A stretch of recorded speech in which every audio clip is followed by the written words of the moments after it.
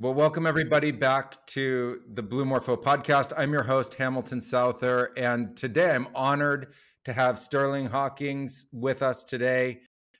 He is an incredible entrepreneur and business success story, and also has found his way to plant medicine.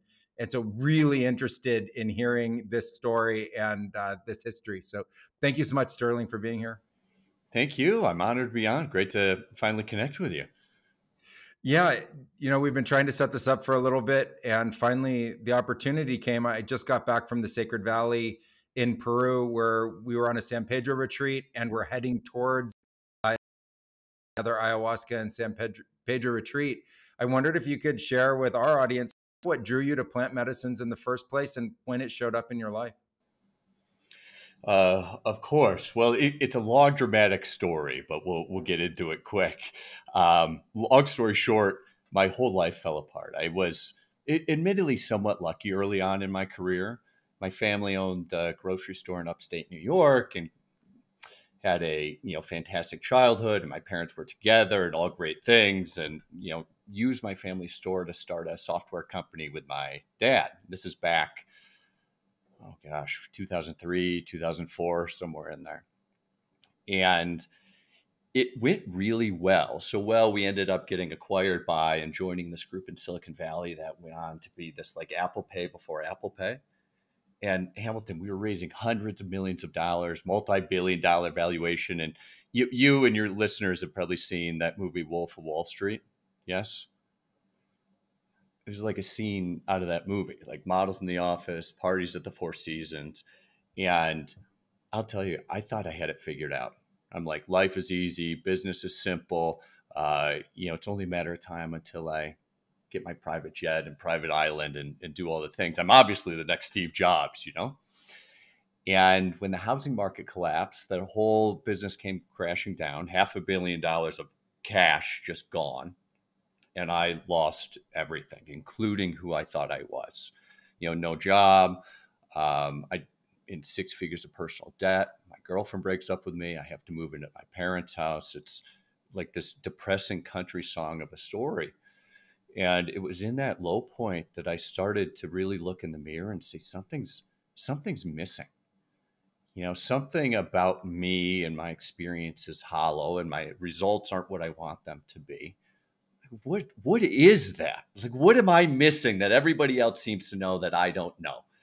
And it really began this journey of looking for that thing. And in relatively short order, I found plant medicine and started going down that path. And maybe needless to say, talking to you here, I found what I thought I was missing.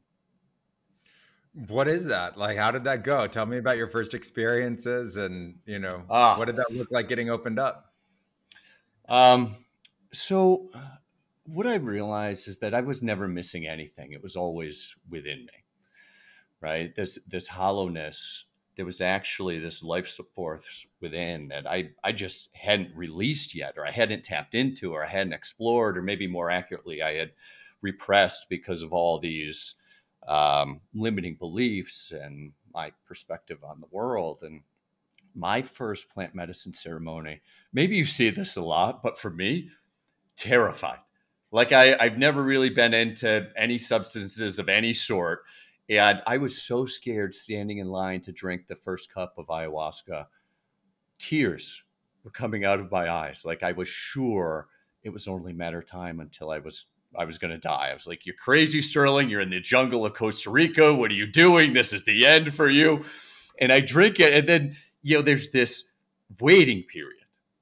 And I didn't know what to expect. So like people are getting up to go to the restroom or do different things. And I'm like, in my mind, like, is this it? Or is that it? Or is it happening? And it kicks in and immediately it's happening. And what turned out for me is the 7-year-old version of me took over me from the inside. And it was this incredible, beautiful, healing, cathartic moment of kind of merging back with my soul or merging back with my inner child. And he had always been there. I had just forgotten about him for a while. That's amazing. As that took place, what was the physical effects, the visual context associated with it? What did that journey look like? I've never really had many visuals ever, including that first journey. It was very emotional. I remember this tingling, just vibrating, started in my toes and was kind of working its way up my body. And in my head, I'm like, oh, well, this is it, right? Like when it reaches my head, that'll be the end for me. And what I noticed is that when it reached my head, it let out this massive, deep belly laugh, maybe deeper than I've ever laughed in my life. And it was this knowing that the young version of myself was within and everything would be okay, no matter what. Is that now you've been through a lot of these journeys with a lot of different people? Does that jive with some of the experiences that you've seen? It does, yeah. There's this idea of a warmth going down to your feet and then kind of a sensation Mm, coming from the toes and then coming all the way back up. And as it does come back up, mm, finally reaching your head, and when doing so, an altered state kind of taking place. And I think hmm a lot of people put a lot of emphasis on this idea of the visual context associated, but I've always found the gnosis to be more potent and more powerful. It's interesting to hmm see fractals in colors. People sometimes relate to different entities, but those experiences are often hmm for people more confusing or clarifying. And it's the experiences of deep gnosis, a way of connecting on the inside that kind of awakens you to a deeper awareness about yourself than you had before, and a way to kind of put some pieces of the puzzle together that I found to really be the most potent effects of the medicine and most relatable. Yeah, I agree. I mean, what I've realized for myself, and now, having this broader perspective, having built some of these ideas into a lot of the work that I do with people and companies, is that the information that I had wasn't the missing piece. It wasn't like I needed to learn one more thing. I need to take one more course. I need one more degree. I need to listen to another TED Talk. We live at a time where we as humanity has never had more access to information in the history of people. We have Google and YouTube, and we can access pretty much anything that humans have found out through the course of modernity. And I look around the world and that doesn't make much of a difference. Anxiety is up, depression is up. Cities and communities are struggling with the underprivileged in ways that are maybe worse than a decade ago. The information alone hasn't made the difference. What I realized, not just in that first ceremony, but in others, is that I was resorting, or maybe better said, defaulting to being driven by discomfort. I was avoiding uncomfortable things. I was denying uncomfortable things, and I was surviving. Like, I'm just going to tap it down and I'm going to get through this thing. And when we're driven by discomfort, we don't end up in a very good place. It's only when we get to the root of that discomfort, we understand where it started, that we can kind of unlock ourselves and unleash our potential to achieve what's ultimately important to us.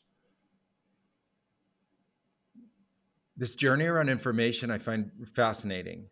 And I Right? like to think deep history. And, you know, 50,000 years ago, everyone lived in these isolated bubbles of their tribes.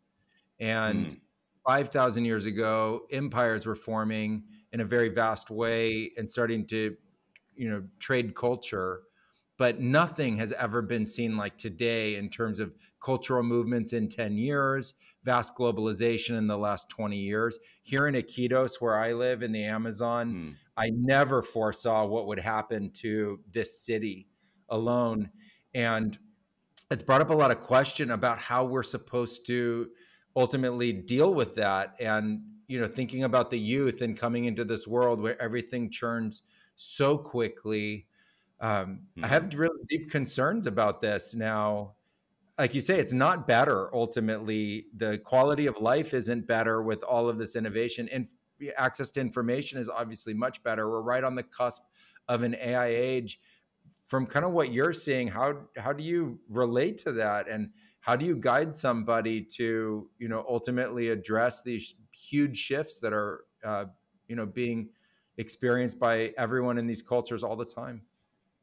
Yeah, well, I think parallel to this like explosion of information, we have this explosion of distrust, where I can go on Instagram or Google or anywhere else and research things and watch video, watch people talking that may not even be human. It could all be AI generated, it could be misinformation, it could be disinformation. Most people today do not trust much of anything. And that's a recipe for anxiety, depression. Speaking as somebody that struggled personally with those things, when you don't trust anything, all you want to do is curl up in the corner and run away from everything. Not a pathway to results and not a pathway to a fulfilled life. What I found is in this culture of distrust, we can't look to the external for what to believe. It will always lie to us. It's only within the ultimate truths of love, joy, peace, gratitude, the things that we can find within and manifest externally that are the only believable things, the North Star that I think calls me and all of us forward. Does that make sense? Yeah, it does. The concept of joy and the love within, I think, is really powerful. And plant medicines have been key to showing me that and unlocking that, and really part of a core of my own teachings for a very I don't think love is the only answer, but it certainly is key to balancing the fear that we have inside our mind and this tremendous anxiety that we're confronted with. Seems like now more than ever, we're needing to reconnect to something other than the beliefs that are being fed to by everybody else. Yeah. Yeah, I think so. And I think it's the only path forward. I was just looking at some information from the Edelman Trust Barometer, and an increasing number of people globally, not just within the States or South America, globally, believe the future is going to be worse for the world and for them. Now, that's a stunning fact in and of itself, but that's starting to drive protective, insulating survival behaviors that are not conducive to growth of any sort. It's stagnation at best. And if we're going to produce growth for ourselves, for our communities, our businesses, in the world, we really need to step into trusting something that's beyond just purely the external, at least how it's showing up. What for you has been something trustworthy that you can find, especially in the face of these kinds of dystopian narratives? Yeah.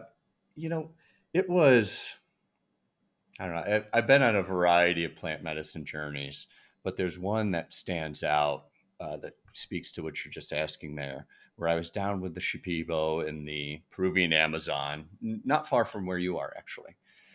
And I was going through this ceremony. I think it was like the sixth ceremony or something. It was the last one. I was ready to go home and pack it in. It's been an incredible time. Get me out of here. I need some air conditioning and I want a pizza. And I experienced this shaking again, similar to the first plant medicine experience that I had, except this time I realized pretty quickly that shaking is my body crying. It's this tremendous grief just washing over me. And as soon as I realize it, I start sobbing, not like an adult typically cries, but like a 3 or 4 year old cries. Like it was so much grief, it almost broke me. And I realized, within some period of time that I was actually grieving my grandmother's death, who passed away when I was 13, here, 15, 20 years after the fact. She was one of the closest people in my life. I would tell you that I was sad she left, but I had no idea that I had this deep physical grief from her leaving. And processing some of that grief was a really beautiful transformative experience where, she showed up to me in spirit form and forgave me, and God forgave me. I forgave me. And it was once I let go some of that discomfort, at least in the shape of grief, that I started to see that joy that you spoke of. there's this just inherent positive joy distinct from emotion. It's distinct from the pain. It's almost this joy of I get to have any emotion. I get to have this human experience. And for me, that's been really this orienting factor of, well, that's underlying my being and everything that I'm doing. And when at a loss for where to turn or what to trust or what to do, I can turn in and use that as my path forward. That's beautiful to describe your own life and your own existence as the trustworthy North Star. I love that. We were just down in the, Thanks. in the Sacred Valley with San Pedro. And Mm, what I like about that medicine is that it's really long and you can converse in it. So it goes all day and you actually mm-hmm. share verbal teachings in it. And, we were looking at just the narrative going on in the world. And I wanted to just look at that narrative as a narrative, not fact, not truth of what's coming, and Mm-hmm. leave room for spirit and leave room for source, universe, or God, or just pure creativity, whatever somebody's comfortable with to say, to have a voice in this narrative. And then I just Mm. saw this great dystopian narrative as something that we were creating, like in our collective consciousness, a bad Netflix series Right. that we're all deciding to believe in ourselves and treat in that way instead of just allowing life itself to be trustworthy, and especially the universe to be trustworthy. Yeah. And there's this greater purpose within that starts to unfold. And, I feel like I see memes about this stuff every day on Instagram or Facebook or somewhere else.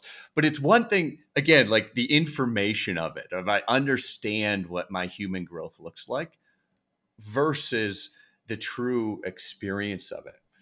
And it's a little bit like swimming, right? Like you can study swimming, you can get a doctorate in it, you can read about it, you can understand the mechanics and the physics and everything else. And then you jump in the water. It's like, oh, this is different.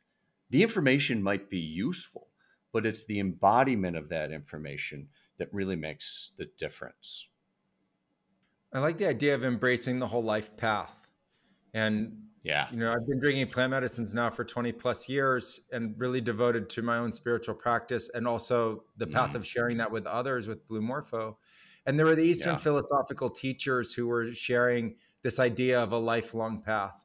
And it's only been recent that I really understood how just there's this evolution of life. And it just shows that what we think about life isn't exactly what life is. That's a narrative that we have going on within ourselves. And that what life really is the entire lived experience. And recently, I've been Mm, really tapping into the nature of our ancestors and the idea that our ancestors have been able to live a whole life as well, and that the mm. trustworthiness of them is real, and that there's something much deeper going on with life. Yeah. And has your path, from when you started getting into some of these plant medicines, has it been a relatively predictable trajectory or has it been all over the place? I've only been working with plant medicines for maybe a decade and I never could have predicted, I don't think, anything that came from it. Yes and no, I would say. Mm, The plant medicine path is part of a natural awakening. And I mm, like to think that the awakening of our consciousness is innate. And some of us, while we're alive, have more awakening than others. But I don't really frame the life as, birth to death. I think of life as a long time before birth and a long time after mm. death. And there's I a like it. room for reincarnation, but I just think of it as like in billions of years, not in decades. It makes me feel more comfortable with the idea of being alive. And so Yeah. the plant medicine path itself has been tremendously awakening, and aspects of it were, somewhat predictable in a way of like ayahuasca very much is ayahuasca. And once you get the hang of Mm, about a couple thousand commonalities within it, it's pretty predictable in that sense of like the arc and what we experience. mm, But life itself has been much more dynamic than I gave credit to. And I really resonate with what you're saying about, being blessed young. I as well was blessed young with path, and then had a lot of assumptions that I made about that, about success and about, how that all unfolds. And I think a lot of people mm, experience the rougher part of the road first and work towards a kind of understanding of greater success. I was blessed with success very young, and then found a much rockier road later on and after my apprenticeship.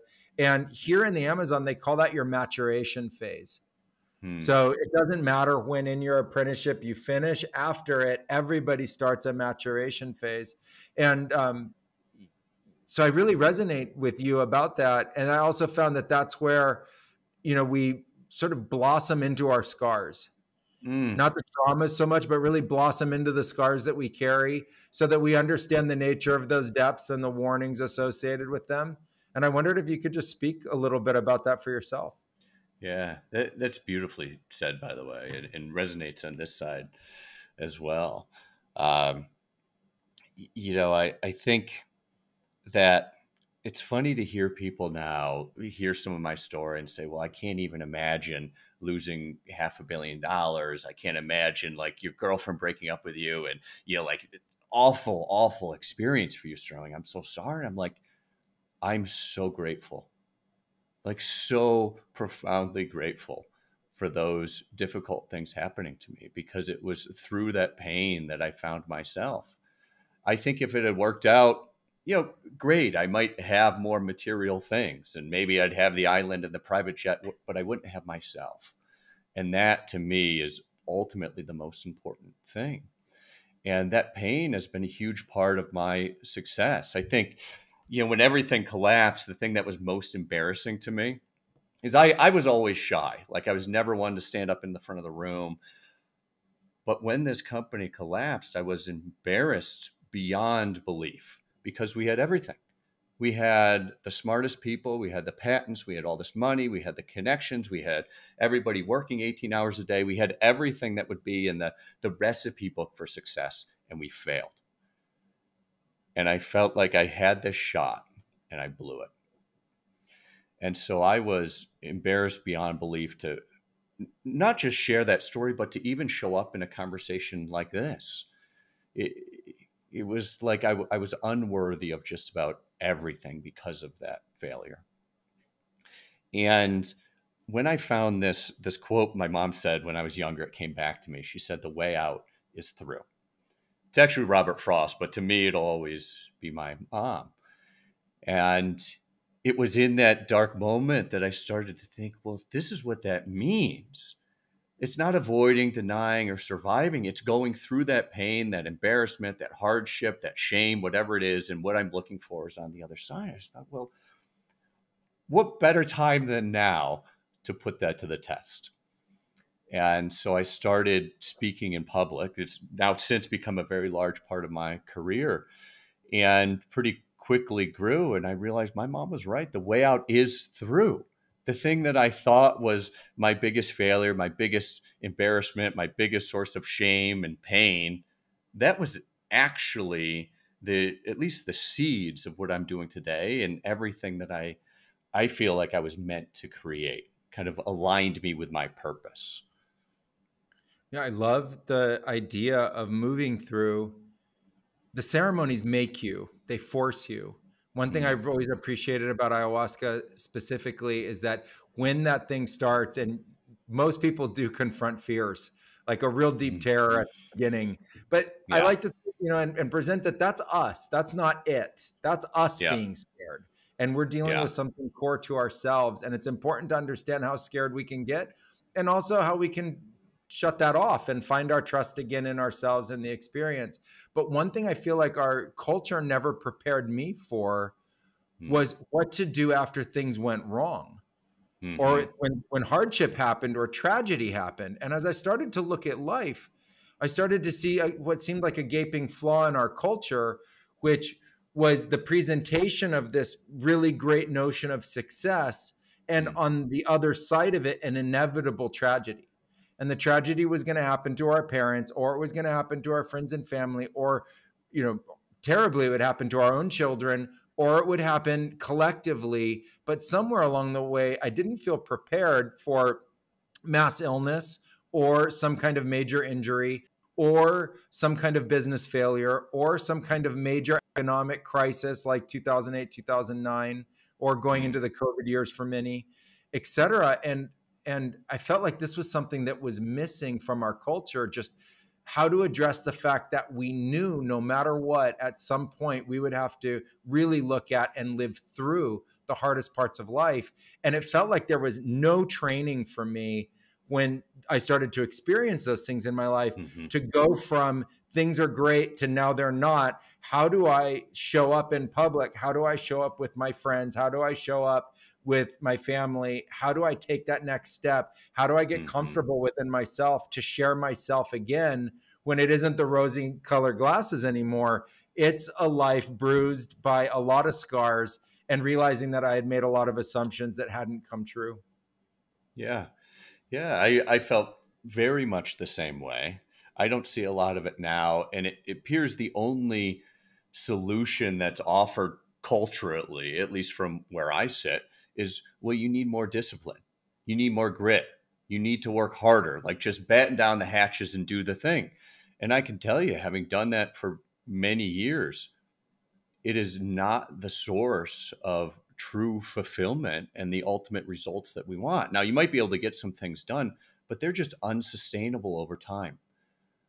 Nobody, I don't think, I'm not a doctor. This is not like a clinical perspective, but I don't think grit or pure determination or discipline on top of a fundamental misalignment within is ever going to be sustainable. It might last months or years or even decades, but ultimately it doesn't ever come to a real fruition, at least in a way that we want.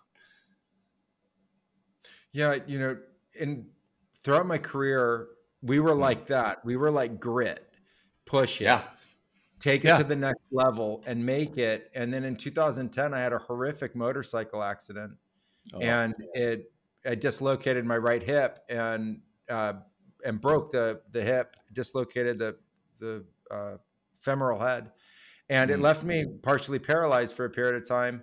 And then I rehabilitated from that, and then was in a snowboard accident where I broke my ribs on one side and front and back. And after that experience, I realized I had to go back to the drawing board and look for a way to actually change this. That grit had gotten me both into my career, had gotten me successful, had gotten me now broken, and now broken again. And, it made me think that there's something else that has to happen. And I started to look at that as personal development.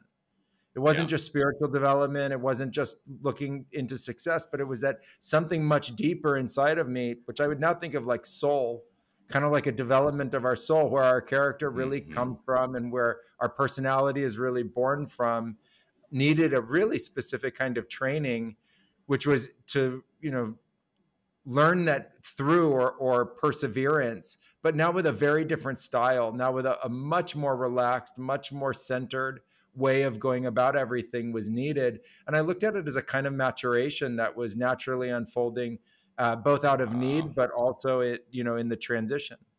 Wow. Yeah, for sure. And it might be worth distinguishing grit a little bit, because I think we're pretty well aligned, but maybe people listening are like, well, I thought grit was a good thing. And I think it can be, but it comes down to the interpretation of it. If you're thinking of grit as like, I'm going to just push through these things and not pay attention to them, I'm going to avoid the pain, I'm going to deny that there's something deeper within that I need to deal with, I'm not going to confront the fear, the anger, the grief, and I'm just going to try and operate on top of that, unsustainable kind of grit that will not lead to good places over time. And it will probably hurt your health physically, mentally, emotionally. Now, if you look at it through a slightly different lens of, well, the grit is actually opening the mind to new perspectives about yourself, about others, about the world. The grit is softening your heart to some of the uncomfortable feelings that live there, to let them pass through you so that you grow through the trauma, the discomfort, the pain versus on top of it. Then that is the sustainable path forward. And at least I think about it, it's almost the definition of human growth. What do you think? Yeah, I agree. The nature of grit is in life. So I like to say that no one gave us a playbook for life, and nowhere did it say it was going to be easy. And so I think you have to have grit, but it's a question of also balance. And so, you know, Yeah. there are some things you can't grit your way through, like the loss of a loved one. You can't. Like, Right. you must grieve. You must find a way to go deep inside. Loss of a pet that you love. You know, I Yeah. have dogs and I love them, but the hardest thing about having dogs is knowing that they're going to pass on sooner. And if you're lucky, you'll outlive them. And if you're not, you have to have a plan of where to send them post your own scenario and tragedy. And so, you know, Yeah. I look at that and think, like, there's so much more going on that we have to have a well-rounded set of tools to ultimately address and deal with all of this. And I've found a lot of help, obviously, from plant medicines as a mechanism, as a way to tap into that. But I've also Yeah. found that the plant medicines aren't the only teacher, and that Mm. life really is the teacher, and the plant medicines can be really supportive to that. And I found a lot of solace in uh, deep acceptance and understanding Mm. that I'm going to have to change my approach. That you find deep acceptance. Uh, it's character building, but as you say, it's by facing the fact that you have the feelings. And often I think it's a kind of psychological distortion that leads to the deep grief or the unwillingness to look at the shadow and the darker sides, and that it's actually a must. And when you're called to it, just accept it, and then use grit as a way to be gentle with yourself, but persevere through that, because there is Yeah. light at the end of that tunnel. You just have to continue to allow the feelings to go through you, and ultimately it's character building. Yeah. Yeah. And it's that character that's sustainable, and it's the character that produces results. I do a lot of work with companies and leaders of all different sizes, but a very common narrative, especially amongst the startup crowd, is this idea of being the phoenix rising from the ashes. You know, they've experienced some hardship or a problem or a family issue, or there's been something, and oh, I'm going to rise above that. But almost all of them, not all of them, but almost all of them forget the most important part about that phoenix rising, which is the burning, the burning of the perspectives, the beliefs, the ideas, the emotions of the past that are no longer serving you going forward. And when somebody can do that deep work, they can unleash some of those things. It's not like they force the ascent into success. It's that rising is the result, right? The rise is almost effortless if you do the work and the pain. Working with entrepreneurs, there are commonalities that people face. For you, what are the main commonalities that you've seen that people within themselves in those roles need to address for their own development as well as success within the entity or the corporation itself? Yeah. So without a doubt, and this isn't just startups, I would say this might be any business people or people in general. It's purely externalizing the problem.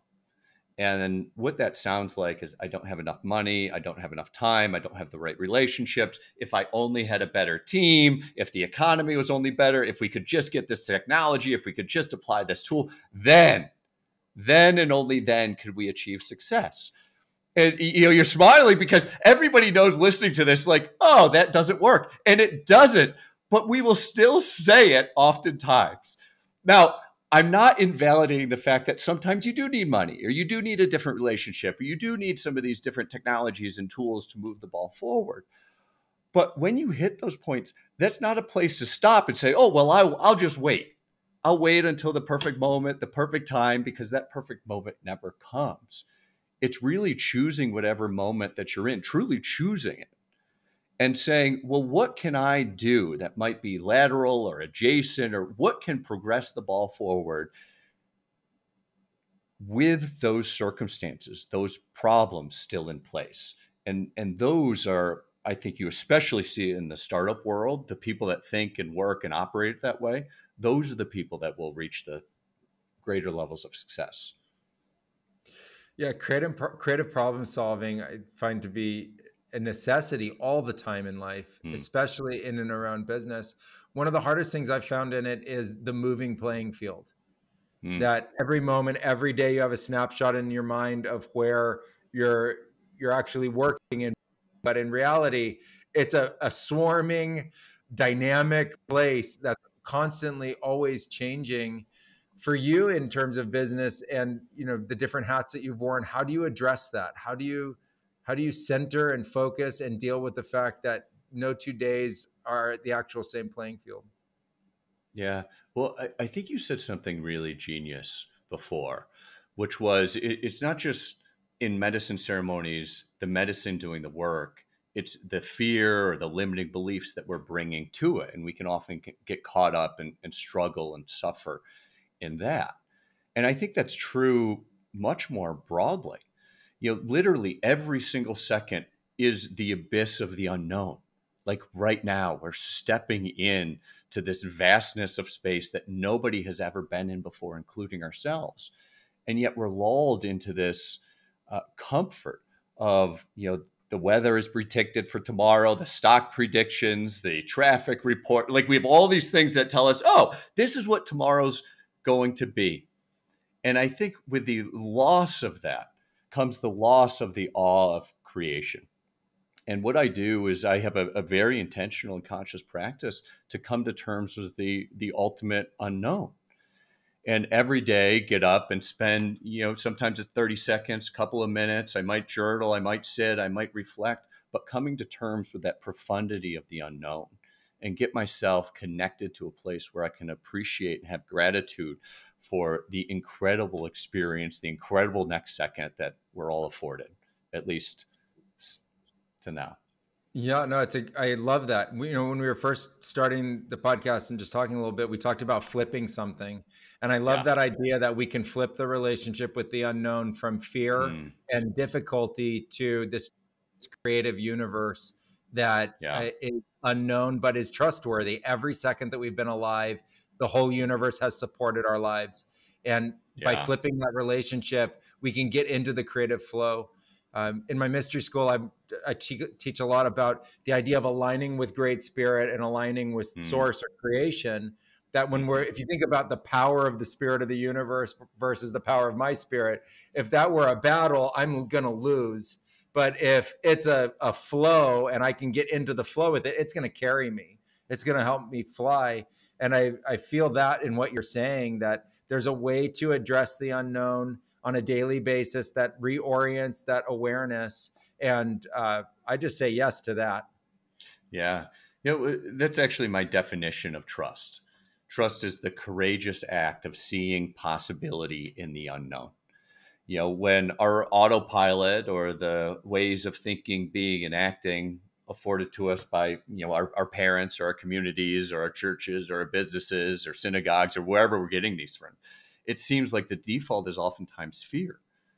But making that conscious choice to say, yeah, I'm going to courageously see possibility in the unknown. And that doesn't mean it's not like this uninformed choice. It's realizing that there will be pain. You're going to get hurt.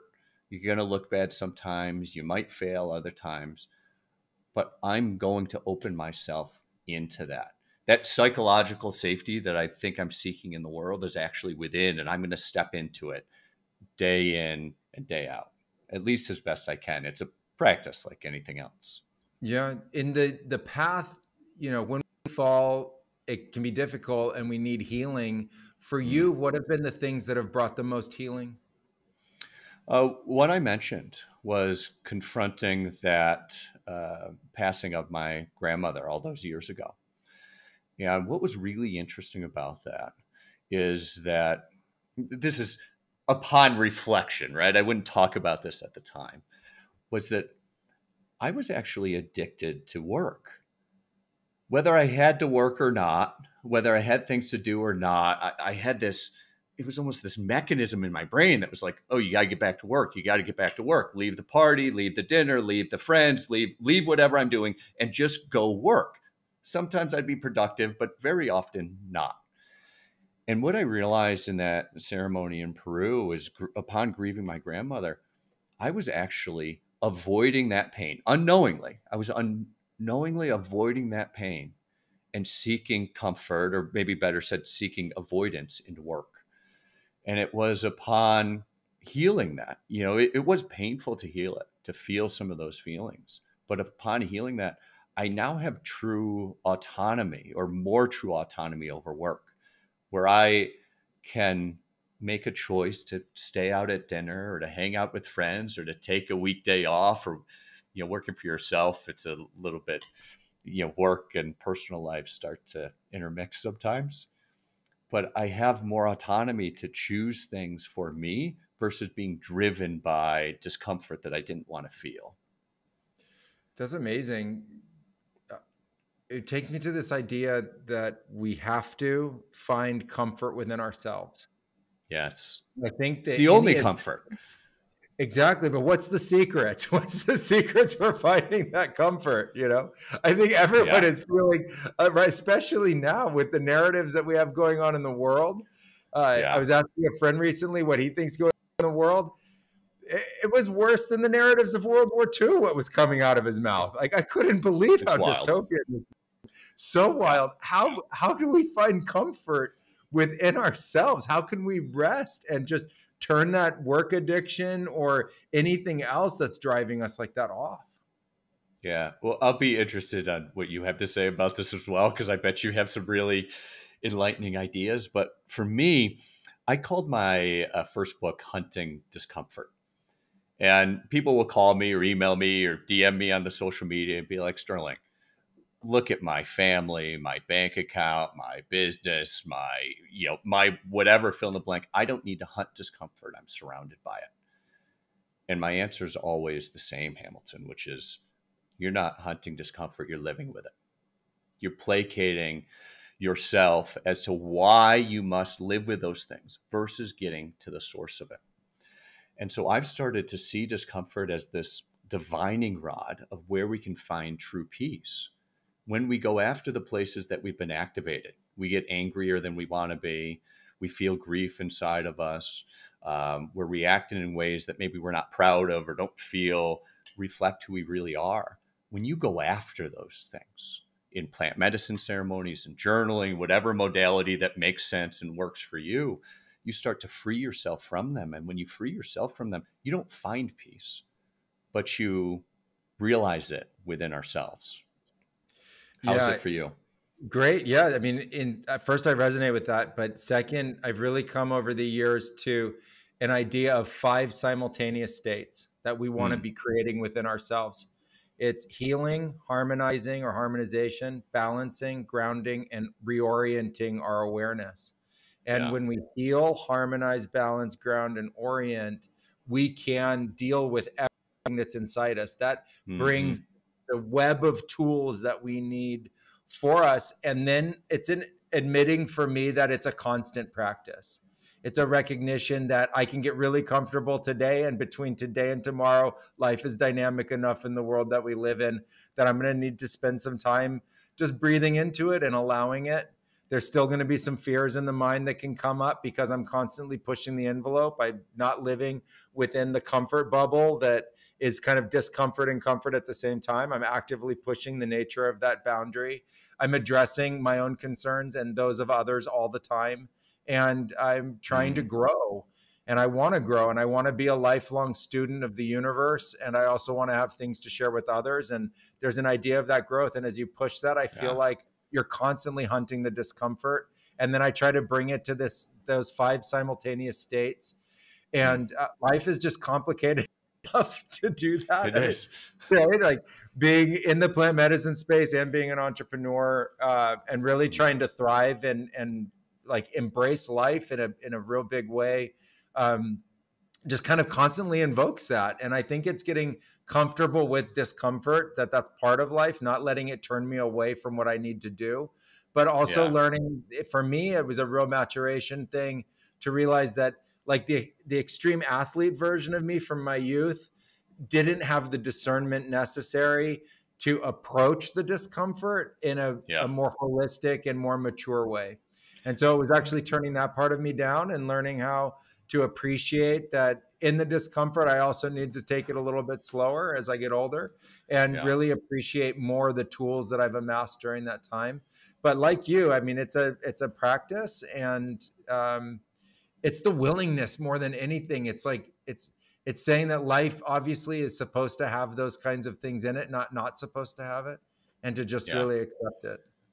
Yeah. And that acceptance is a huge part of the practice. You mentioned the condemnation of self. Like I deal with that a lot still. Earlier this year, um, I do a little bit of angel investing, and one of the companies I invested in, had some unfortunate circumstances, and they ended up going bankrupt. And immediately I went to, "You're so stupid, Sterling. Why did you do that? You're a failure." Part of me is prepping, like maybe I should call my parents and get them ready. I might need to move back in one of these, right? Like it's disaster planning immediately. Carl Jung, arguably the father of modern psychology, I'm sure you and many are familiar with him, as he says, condemnation does not liberate. It oppresses, makes it very hard, maybe even impossible to do much else. And so that condemnation about yourself of, oh, well, I'm not the right person, or I made a stupid mistake, or I should have known that, or condemnation about the world around us of, my significant other's not right for these reasons, and my kids are doing that, and the traffic's this other thing, and the economy's working against me, and inflation this, and problem that. As soon as we're caught up in that condemnation, it's almost like it freezes us. And so that acceptance, that surrendering is difficult. But I find, as you're pointing to, a freeing agent that helps us really progress and move through those things versus being stuck with them. Yeah, and accepting, I think too, that opportunity comes on the other side of it. Oh, You know, yes. we make mistakes. I think all of us do in our lives. I don't know if I've ever met that said that they were mistake free. And so Mm. understanding that in the face of our mistakes, it's the next best decision that we make is what really matters. And when we condemn ourselves to the way we were thinking during the mistake, and now a worse way of thinking on top of it. We're crushing ourselves with ourselves about Yeah. something that wasn't the best anyway. But you mentioned angel investing, and Mm. I would really like to hear from your perspective what is interesting in the world today in terms of investment, interesting around which industries are, we've talked about kind of a dystopia narrative, but that's a narrative on top of what's always ultimately a growing economy until otherwise known. And so I just wonder what's really exciting for you. Yeah. Well, first, a disclaimer. I'm not an investment advisor. Don't listen to my investment advice. But I'm paying attention to the things that many are, right? These massive databases, artificial intelligence, and how that is going to transform our lives. I do believe that technology, or those families of technologies, is the biggest shift for humanity that we've seen in a very long time. It will change our lives in dramatic and profound ways. I hope for the better. Now, that said, I have a little bit of a counter investment philosophy, which is not only am I going to look at the traditional things of market opportunity and growth rate and profitability and uh, all the things that typical investors would look at, but what I'm also looking for is internal alignment. Why are you doing what you're doing? Why does that matter to you? And how do you solve problems and challenges on the way? This is years ago. I worked with an entrepreneur, and really smart guy. But everything that we talked about, he already had the answers. I know this, I've tried that, this is the other thing, look at the research. And it was almost like he boxed himself in. Here we go again with the information. He boxed himself in. He knew everything and he had nowhere to go. And I was like, well, interesting, good for you. You're really smart, but this doesn't feel right for me. I want somebody that, knows a lot of things, but more importantly, is able to open themselves to more things, to doing things differently, and to know themselves differently. And that's somebody that is going to be maybe not successful in exactly the way they want, but it's somebody that will create opportunities for themselves and their business going forward. If you're an entrepreneur now and you are starting a business in this AI world, and everything's going to change, like you say, this huge disrupt's coming, Hmm. how do you prepare for that? Yeah. I think the best way to prepare for an unknown future is to prepare ourselves. There's the scramble towards, well, I need to make sure I have enough money in my bank account and keep the gas tank full in my car, and I'm going to buy guns and ammunition, or I'm going to buy a property out in the middle of nowhere. Everybody responds to that in a different way. But I think the only true and real way that we can future-proof ourselves, so to speak, is to make sure that no matter what happens, we're prepared for it. Or said another way, we're not triggered inappropriately by things.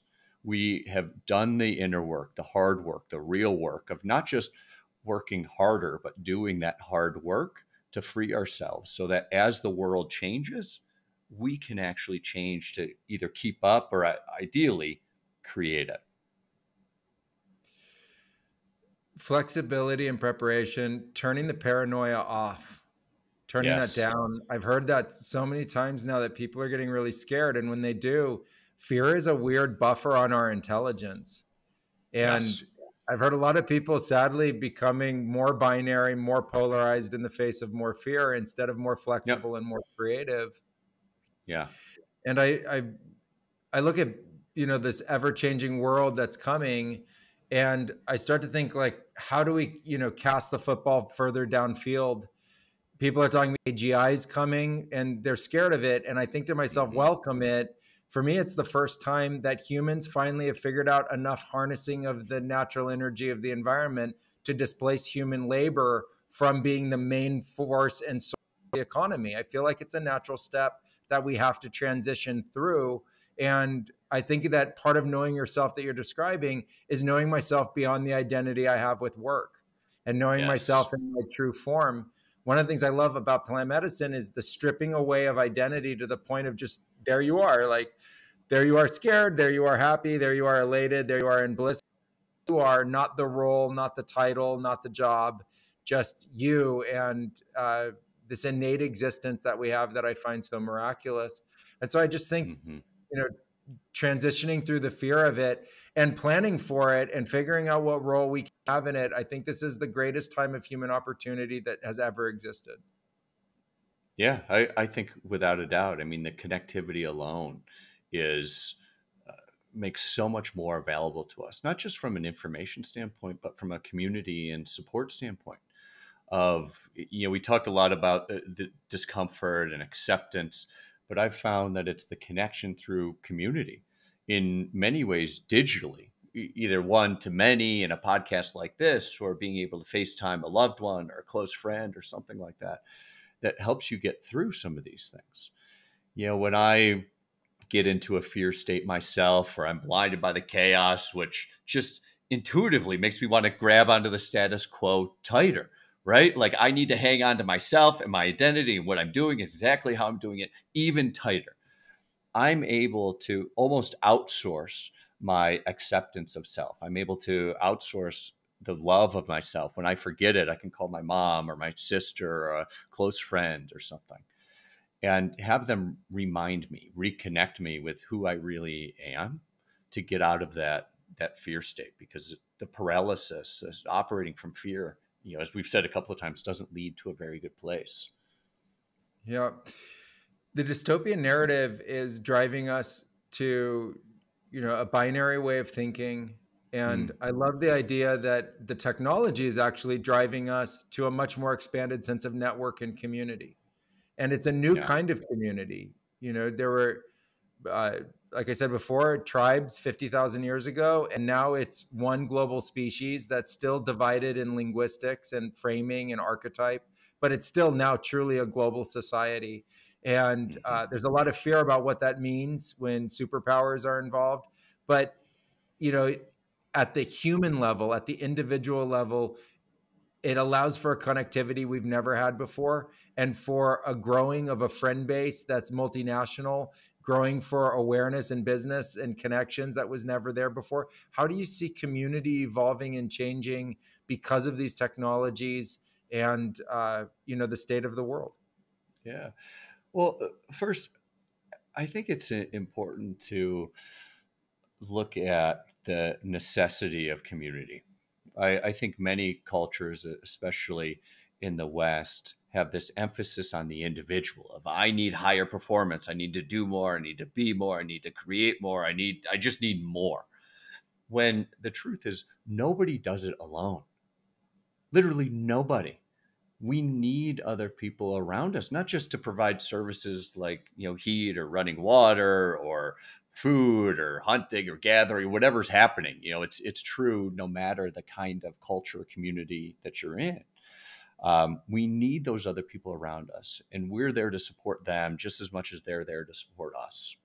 Now, what I've seen just in my own experience is that people are able to connect at a truly fundamental level with people that are like them or can support them or can lead them in the ways that they need if you're connected to what your path is, what you want it to be. We call it the no matter what community. Thousands of people from all over the world, all different walks of life, different cultures, different backgrounds, different races, religions, different everything.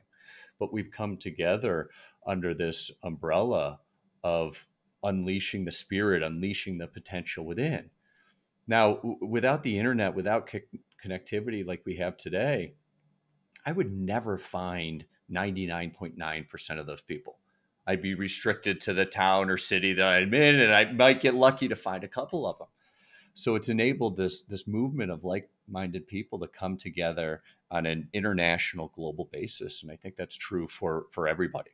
We're no longer limited to the domains that we're physically in.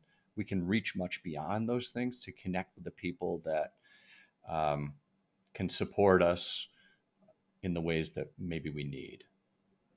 I see behind you the hashtag no matter what. For you, what's the inspiration and the spirit of no matter what? How does that get communicated to others? Yeah, I'd love to tell you it was like this big marketing research plan we did. We hired an agency. They came up with a cool hashtag for us. It was not that at all. I told you I was bottomed out at my parents' house, no money. Girlfriend broke up with me, like literally nothing. I'm not even getting out of bed in the morning. And it was at that point that I developed this personal mantra of, well, I am going to get out of bed tomorrow, no matter what. Or I'm going to go to the gym, or I'm going to call my creditors, or I'm going to take the actions that I don't want to do, but I'm going to do them no matter what, because I know they're aligned with where I need to go and what's ultimately important to me. And then I shared it with my sister, who today is my business partner, but back then she was right out of Georgetown University with a marketing degree, and she suffered from an eating disorder and body dysmorphia. And she said, Sterling, I see like you're transforming. I can see you're a different person. I'm going to be healthy no matter what. And today she's a world champion bodybuilder. She's one of the healthiest, fittest people that I know. We've been in ceremony together. And from there, it was like this ripple effect of just, sharing with others. And it wasn't like, again, just grit. It's not this rah, like do it no matter what. It's a deep commitment to spirit, to purpose, to a greater alignment, and to move through those difficult spaces, the unknown, the uncomfortable, no matter what. Because like we've said, the results we're looking for are on the other side. I love that. And I love the centeredness, the way it's described. It's the matter of factness and the willingness to engage and embrace, be part of the flow of life, no matter what, and accept that. You mentioned spirit in that. For you, what is spirit? It's, I get asked this all the time. So I'd love to hear your ideas after your experiences. Just what is spirit? How does it manifest within us? Yeah, it's this greater knowing much beyond us. Yeah, I would say before plant medicine ceremonies, I had the intellectual construct of spirit or God or something greater. I knew those things. But within some of the ceremonies, the experience of it, the profundity of it, the depth of it, the grandeur of it was so massively humbling and empowering at exactly the same time.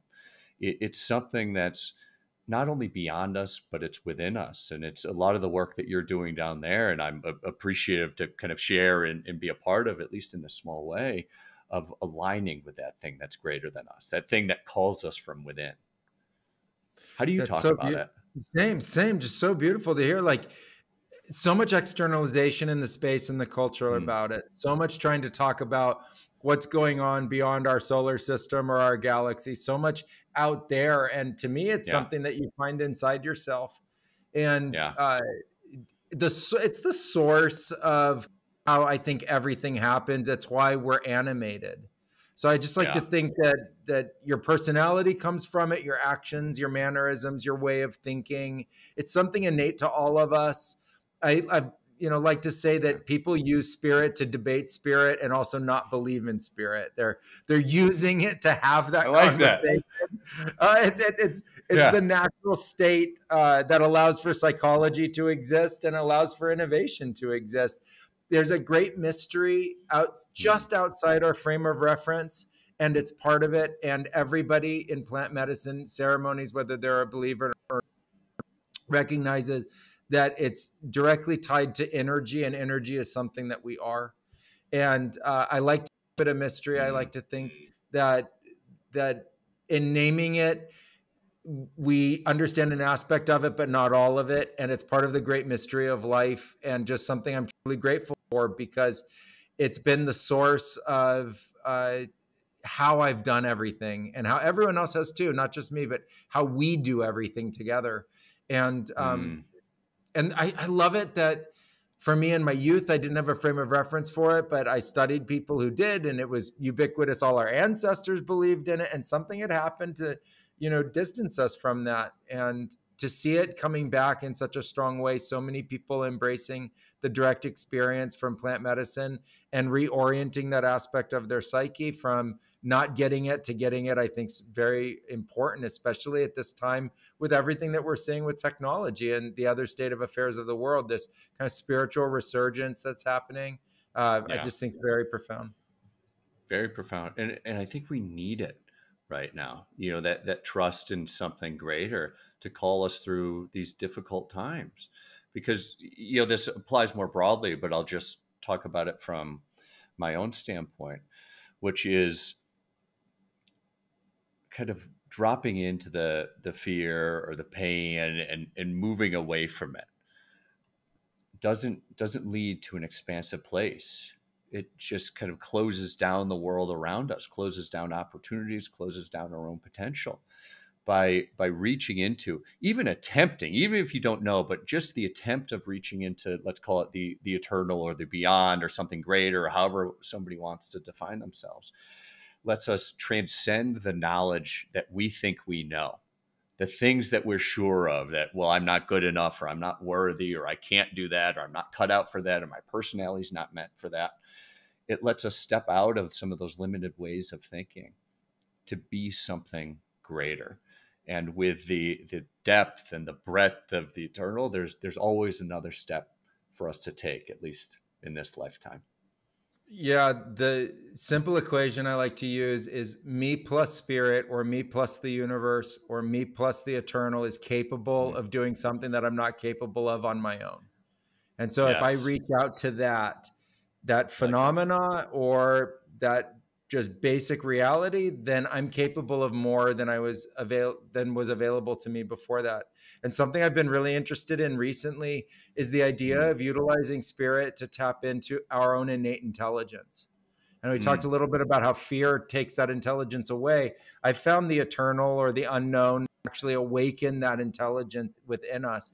And it's not like a made up concept. I just came to the idea one day that I might only be using maybe 50, 60% of my intelligence, and that there was more kind of just waiting there. Like on my cell phone, I'm not using all of its processor capacity. And I thought, hey, I might have some actual capacity there that I'm not tapped into, and that I might want to tap into. And I found, and the others that I've shared, that there is more that we can tap into about our own intelligence. And it's getting out of our bubble that we think we know and into the bubble of the unknown, but the comfort with it that made that possible. Yeah. Here's a stat you'll probably like. I'm going to get the exact numbers wrong, but when you look at the unconscious to the conscious, like how much of our mind are we actually using? It's something like we're 0.000000046% conscious. It's not 50%. It's like, it's almost nothing. It's almost nothing. And yet, Wow. many of us, especially me, have the goal to look around and be like, oh, I see what's happening here. I have some idea. This around me must be true. And I'm seeing almost nothing of it. Now, combine that with the fact that a friend of mine, a mentor, had a conversation with one of the top mathematical academics in the world. And he asked him this question. He said, of all the things that there are to know, how much has humanity known collectively? And he didn't just like answer right away. He went away, he performed the calculations, and it was a similar number. It was like less than 1%. And so you look at those two things together of I know literally nothing, and we as a species know literally nothing. There is so much more potential for us to grow into individually and collectively. I'm excited about it. I'm scared of it sometimes, but I'm excited about what we can create together, especially doing the kind of work that we're doing here and having these kinds of conversations. I think it's critical to advancing some of that. The fear makes such a small bubble and people get really comfortable within it. And I still go back to, I don't really know how we got here at all. I go back to, I can describe it as evolution and I can describe it as biology and I can describe it as if these like random events happened, but we still don't have more than just a theory. Yeah. It's Big Bang's a theory. And I've questioned recently sort of the popularity of science that has taken theories and made them into an ideological matrix of truth for us. That like, I don't believe in the unknown, or I don't believe in the universe, or I don't believe in God, but I believe in science, became its own kind of ideological web to try to explain some of these phenomena and just give context for something, because otherwise it doesn't seem like there is much context other than what we experience, you know, totally, and how important that experience is. I understand the fear of the unknown in that way, and also the exhilaration to try to tap into just a little bit more of it. Yeah. And it's not that some of those things, especially scientifically speaking, are untrue. It's just that it's not the full truth, or it's not the only truth. You know, if we know nothing individually and collectively, there's something greater. There's more to discover about any aspect of life, from health to our well-being, to our mental acuity, to how to take care of our bodies and grow businesses and build relationships.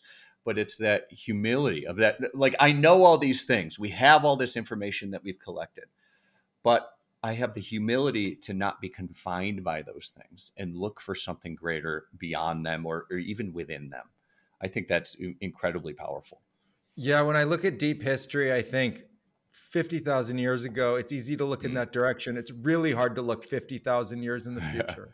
Right. And if I looked 50,000 years in the future, we would be now like the prehistoric. And at the rate that we're going of acceleration in technology, we'll know so much more. We'll have tapped into so much more. And I feel like we're just on the cusp of that now. AI plus automation plus precision allows for us to tap into life in such a more expanded way compared to 5,000 years ago, what we knew about biology to what we know today. You know, in 5,000 years from now, I think there will be things like limb regeneration and really long lifespan, like hundreds and hundreds of years lifespan. I think there will be a way to understand biology and life that, and even create biology and life that we haven't, been able to be a part of before. And that helps me a little bit give some framing and context for where I am in that arc. It's really easy if I'm me focused to not get it. But as soon as I go to time focused and future generation focused, I would just like to think that we could have a positive impact on the direction that goes. Like the ancestors that we've heard about that left little breadcrumbs for us that gave a little more context and a little more understanding to this incredible miracle. Yeah. Yeah, beautiful. I saw this meme the other day, and it was two robots looking into a case that held a human brain, and they're like, oh, that was the first processor. Remember that. And that's kind of speaking to what you're saying. Like what we have, what we're doing is so nascent to what it will be, it's just a decade from now, not to mention 10,000 years or 5,000 years or 50,000 years. There's so much more to come and tap into. And I think that the key for us and, those of us in this conversation is to not operate on that potential from a place of fear and protecting and survival and making sure all these things don't happen. You cannot fight the march of innovation.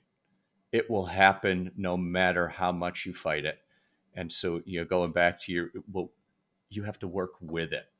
And if we can work with it in ways in our communities, in our business, in our families, in the way we're using these things, even as consumers, not just as leaders of it, then we can create this future in a way that's positive and generative and conducive to a great human experience for all of us. Sterling, on that note, I want to turn just to say, how can people find you? How can they get in touch with you? How can they follow you? This conversation has been amazing. I hope there's many more to come in the future. And I welcome everybody listening to tap into this wealth of knowledge and information. Oh, thank you. I feel like this time's gone so quickly. I'll love another conversation and many in the future. Best place to find me is sterlinghawkins.com. All my social media is there. Or also, my name is somewhat unique. So if you Google me, you'll probably find all the different places I am, and happy to connect with you. Send me a DM if I can be helpful. I'll look forward to seeing everybody there, and thank you. You're very welcome. Everybody, follow Sterling, a wealth of knowledge and information. Love how practical it is and down to earth. And Sterling, it's been a pleasure speaking today. Thank you so much for being on the podcast. Likewise. Thank you, Hamilton. I'll see you soon.